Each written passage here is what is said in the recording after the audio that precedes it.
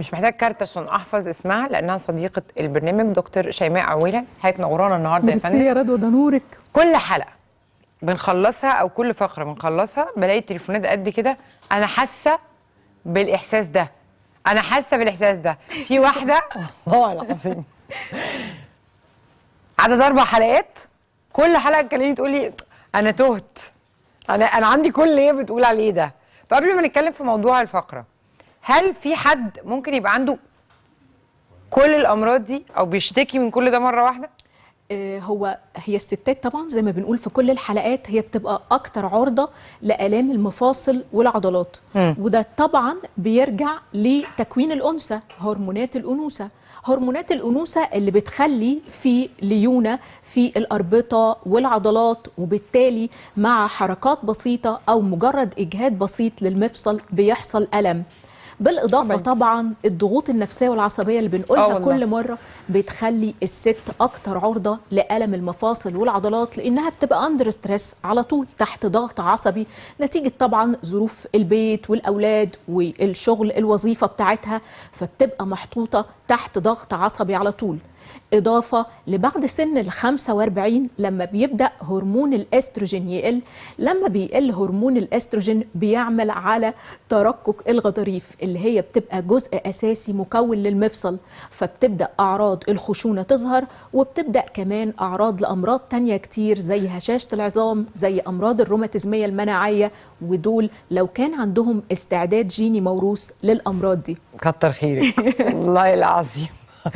أميرة وبنت أمرة والله. يعني بجد أنا تفائلت. لا طب والله تفائلت في والله، يعني أنا كبير ببعض. طب نتكلم في موضوع بعد قدامه 5 سنين هتفضلي طول عمرك يعني هي اللي بتقوله ده، واقوى ست في حبيب قلبي والله. طيب دلوقتي يا دكتور، المفاصل، خشونة المفاصل، دايما ايه نسمع على خشونة المفاصل، بس محدش عارف ايه هي خشونة المفاصل، محدش عارف هي خشونة المفاصل دي بتيجي منين. هل نتيجة حركة، جين وراثي، سن، طريقة معينة في اللايف ستايل هي اللي بتؤدي إلى خشونة المفاصل؟ فحضرتك كلميني ما هي خشونة المفاصل؟ تمام. وما هي أسباب خشونة المفاصل؟ أوكي. ولما حضرتك تجاوبي على السؤالين دول هقوم أنا بضحك على طريقة. اتفضلي. هنبدأ بخشونة المفاصل، وهي من أكتر أمراض المفاصل انتشارا، وده لأن 12% من البالغين فوق سن ال 25 سنة بيعانوا من خشونة في مفصل أو أكتر. كل الدراسات قالت كده. وعشان نفهم أو نعرف الخشونة بتحصل إزاي لازم طبعا نعرف شكل المفصل الطبيعي أو المفصل السليم. اللي بيكون أي مفصل في الدنيا هو عبارة عن التقاء بين نهاية عظمتين، وبيبقى في مسافة بين العظمتين دول. المسافة دي بيشغلها الغضروف. الغضروف هنا بيبقى سميك، وبيبقى بالظبط زي مخدة بتحمي نهايتين العظم انهم يقتربوا او يحتكوا من بعض، وبتتحمل الصدمات والاوزان العالية. لكن لأسباب كتير ومع تقدم السن بيبدأ الغضروف ده يتشقق، وبعدين يتآكل، ويبدأ سمكه يقل تدريجيا لحد ما نهايتين العظم في الحالات المتقدمة ممكن يقربوا من بعض، ويحصل انكشاف في نهايات العظم. زي ما احنا شايفين الحتت اللي فيها فراغات دي انكشاف في نهايات العظم، دي اللي بنسميها الخشونة، ودي بتبقى في الخشونة المتقدمة. فبيحصل هنا احتكاك بين نهاية العظمتين، ده لأن الغضروف اللي كان بيحمي المفصل بدأ يتآكل وبيتلاشى مع مرور الوقت. ده فقرات ايه؟ لا ده مفصل الركبه، ده اشهر مفصل بيحصل فيه خشونه طبعا. هو التقاء بين نهايه عظمتين اللي هي عظمه الفخذ وعظمه الساق، وبعدين مع اسباب كتير هنقولها حالا. اللي اولها طبعا بيبقى العامل الوراثي، بيبقى فيه جين موروث، يعني لو في فرد في العيله عنده خشونه بنتوقع ان باقي افراد العيله بيصابوا بالخشونه. تاني حاجه زي ما حضرتك قلتي السن، مع تقدم السن بيشيخ كمان وبيتقدم في العمر الغضروف، وبيبدأ يترقق لحد ما يتلاشى في الحالات المتقدمة ويعمل احتكاك بين نهاية العظمتين. الأهم إن في تصنيف مهم جدا بالنسبة للسن. بنلاقي دايما لو سن المريض فوق ال 45 سنة بتبقى أكتر الإصابة هنا في السيدات، وده زي ما قلنا في بداية الحلقة عشان هرمون الأستروجين بيقل، وده كان بيقدم غذاء متواصل للغضروف فما عادش بيوصل الغذاء للغضروف. لكن لو تحت سن ال 45 سنة أكتر ناس بيكونوا عرضة هم الرجالة، عشان بيعملوا مجهود عضلي عنيف، بيمارسوا رياضات عنيفة، بيشيلوا أوزان، فبيكون في السن الصغير تحت ال 45 الرجالة أكتر. نيجي لحاجة مهمة جدا، الاستهلاك الخاطئ للمفصل.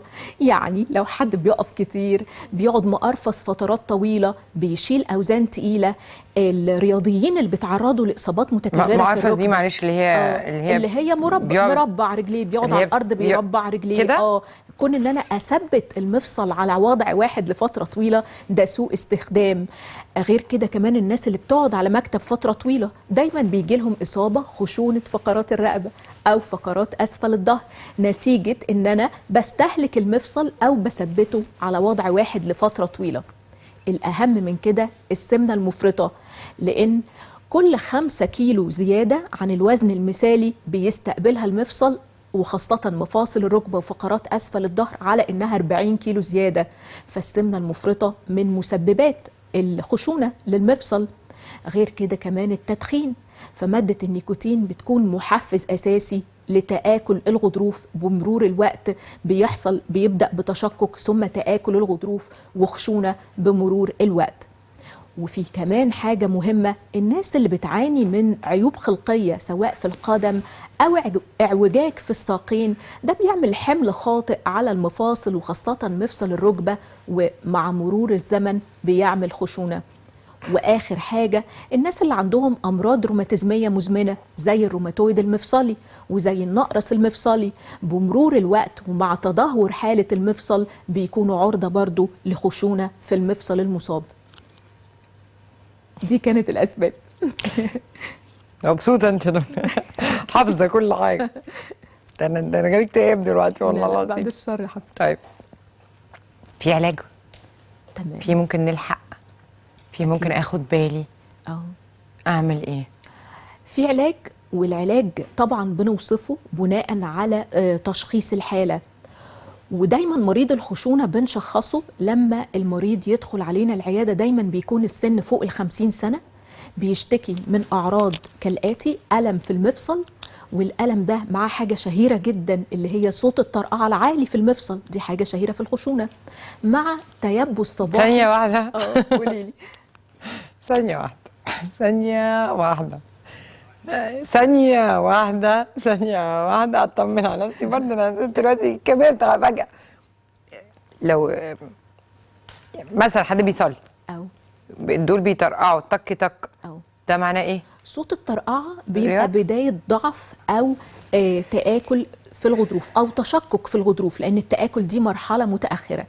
ففي الحالة دي بنستشير الطبيب وبنبدأ ندي مواصفات للحالة، وبنشوف الرينج بتاع المفصل في الفحص. يعني مثلا كل مفصل ليه زاوية معينة في الفحص، فمريض الخشونة ما بيقدرش يجيب الزاوية للآخر.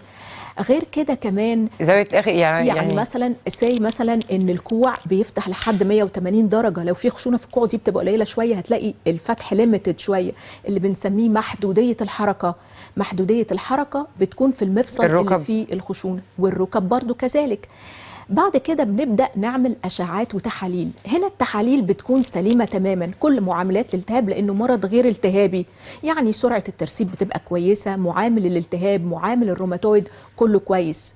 وبعدين بنعمل أشعة على المفصل، فبيظهر لنا شكل المسافة اللي بين العظمتين بدأ يحصل فيها ضيق، بدأت ليها سمك معين، بدأنا نحس إن العظمتين طرفهم بيقرب من بعض. بالإضافة لكده بتظهر زوايد عظمية، ودي بتبقى شكل مميز جدا للخشونة. بنبدأ ندي تعليمات للمريض وبنبدأ ندي أدوية. تمام؟ أول حاجة التعليمات للمريض، بندور على وسائل أو حاجات تأهيلية بنحافظ أو بنستعيد بيها حركة المفصل أو وظيفة المفصل. طبعا مش هقدر أرجع المفصل طبيعي 100%، بس على الأقل أرجع وظيفته بنسبة 80 أو 90%. ده العلاج الطبيعي؟ مش بس العلاج الطبيعي، العلاج الطبيعي ليه دور وفي أجهزة مساعدة. بمعنى لو حد عنده خشونة في الرقبة بننصحه إنه بيلبس رقبة باستشارة الطبيب لفترات معينة خلال اليوم. لو حد عنده خشونة في الركبة مستمر بنستعملها لفترة معينة بالإضافة لبعض تمارين تقوية عضلات الرقبة وأجهزة لتنبيه العضلات باستشارة أخصائي العلاج الطبيعي. الركبة لو حد عنده الحالة متقدمة بننصحه طبعا بيمسك عكاز عشان يقلل الحمل على الركبة، ده في الحالات العنيفة، الحالات السيفير. وكمان بيبدأ جلسات علاج طبيعي بتبقى أشهرها تقوية عضلات اللي حوالين الركبة، تقوية عضلات الفخذ، دي برضو بمساعدة العلاج دكتور أو أخصائي العلاج الطبيعي، اللي كمان بيعمل له حاجة اسمها اكسرسايز، في حاجة اسمها هيدروثيرابي، يعني حمامات مية دافية، بيبدأ يعمل تمارين عشان يرجع ليونة المفصل وكمان يقوي العضلات. لكن ممكن في بعض الحالات اللي هي بتبقى متوسطة أو ضئيلة ممكن يستعمل ركبة أو رباط ضاغط. طيب لو حد عنده مثلا مشكلة في القدم هي اللي مسببة خشونة في مفصل الركبة أو مفصل الفخذ، يعني مثلا حد عنده عيب خلقي، بيبقى فيه أحذية طبية معينة بتتعمل في مراكز التأهيل عشان نعمل اعتدال في القدم عشان المفاصل المجاورة ما يحصلش فيها خشونة. طب ولو الخشونة جت في مفاصل الإيد، في دعامات، وأشهر مفصل بيحصل فيه خشونة في الإيد هو القاعدة بتاعة الإبهام، فبنلبس العيان هنا دعامات زي جبيرة كده بشكل معين لفترة معينة باستشارة الطبيب عشان نستعيد مع الوقت حركة المفصل، ودي اللي بنسميها أو الوظيفة بتاعته بنسبة كبيرة بنرجعه لطبيعتها، دي بنسميها إعادة التأهيل للمفاصل، وده بيبقى قبل أي أدوية طبعا بنبدأ نديها للمريض. الصورة على الشاشة دي يا دكتور؟ الصورة دي دايما يجي المريض اللي عنده اعوجاج في مفاصل الإيد أو المريضة، لأن بيبقى أكترهم ستات، بتيجي تقول أنا حد شافني مفاصل إيدي معوجة فأنا عندي روماتويد. فأنا حطها بس عشان نقدر نفرق للناس إن السهم رقم 1 اللي هو المفصل اللي تحت الضافر مباشرة، لما بيحصل في المفصل ده النوديولز أو النتوءات دي بتبقى خشونة في مفصل الإيد، تمام. وتاني أشهر مفصل في الإيد بيحصل عنده اللي هو القاعدة بتاعة الإبهام. أما السهم رقم 2 ده ممكن يحصل فيه خشونة لكن هو أشهر مفصل بيحصل فيه الروماتويد. يعني إيه الكلام ده؟ يعني الخشونة بتحصل في العقل اللي هي تلي الضافر مباشرة، ده أشهر مكان، وبيكون فيها صفة عدم التماثل، يعني ممكن تاخد المفصل ده وتاخد أي واحد من الناحية التانية، وممكن لو حصلت هنا برضو بيبقى فيه عدم تماثل. لكن لو المريض ده أو المريضة دي مريضة روماتويد مفصلي، دايما يحصل في العقل الوسطى هنا ويبقى فيه صفة التماثل، لو أخد مفصل لازم ياخد أخوه الناحية التانية. إذا الروماتويد عمره ما يجي في المفاصل الطرفية المقابلة للضافر، هنا لو حصل تشوه بتبقى خشونة مفصلية في مفاصل الإيد الصغرى. واو. طيب هل الرياضة تغني عن العلاج الطبيعي؟ لا، الرياضة بتبقى مكملة هنا، اللي هي طبعا أشهرها المشي يوميا من ربع لنص ساعة. غير كده كمان رياضات زي السباحة، وزي ما قلنا من شوية بعض التمارين في حمامات مياه دافية عشان نساعد فيها على استعادة حركة المفصل ووظيفته وتقوية العضلات اللي حوالين المفصل. لكن بيبقى فيه بعض التمارين اللي بنعلمها للمريض يقدر يعملها يوميا عشان يساعد في تحسين حالة المفصل المصاب بالخشونة، زي تمرين شهير جدا بنعمله المفصل الركبة، صورته تطلع دلوقتي، ان العيان دايما لو قاعد على مكتب او قاعد على وضع واحد لفترة طويلة بيبقى جسمه عامل زاوية قايمة، وبعدين بيبدأ يمد رجله لقدام كده ويشد مشط الرجل جامد ناحية الوش ويعد 10 ثواني ويبدأ يفك مشط الرجل وينزل الركبة تاني، نفس الشكل اللي في الصورة دي. ده تمرين شهير جدا للي بيعاني من خشونة في مفصل الركبة، وده بيساعد على تقوية عضلات الفخذ اللي هي متحكمة في مفصل الركبة. يعني ببساطة أنا قاعدة أهو عاملة زاوية قايمة، هبدأ أرفع رجلي تعمل زاوية قايمة مع جسمي واشد مشط الرجل ناحية الوش جامد جدا واعد لحد 10 وابدأ ارخي انزل صوابع الرجل وانزل الركبة. الاستجابة للعلاج بعد العلاج والتمارين الوقت بيكون قد ايه؟ يعني امتى انا اقدر اقول ان انا لو عندي خشونه اتعالج او ابقى كويسه او ابقى احسن بعد قد ايه وقت؟ شهر، 2، 3، 10 جلسات بتحسبوها، 20، 30، يحصل ايه؟ تمام. هي الخشونة مرض مزمن.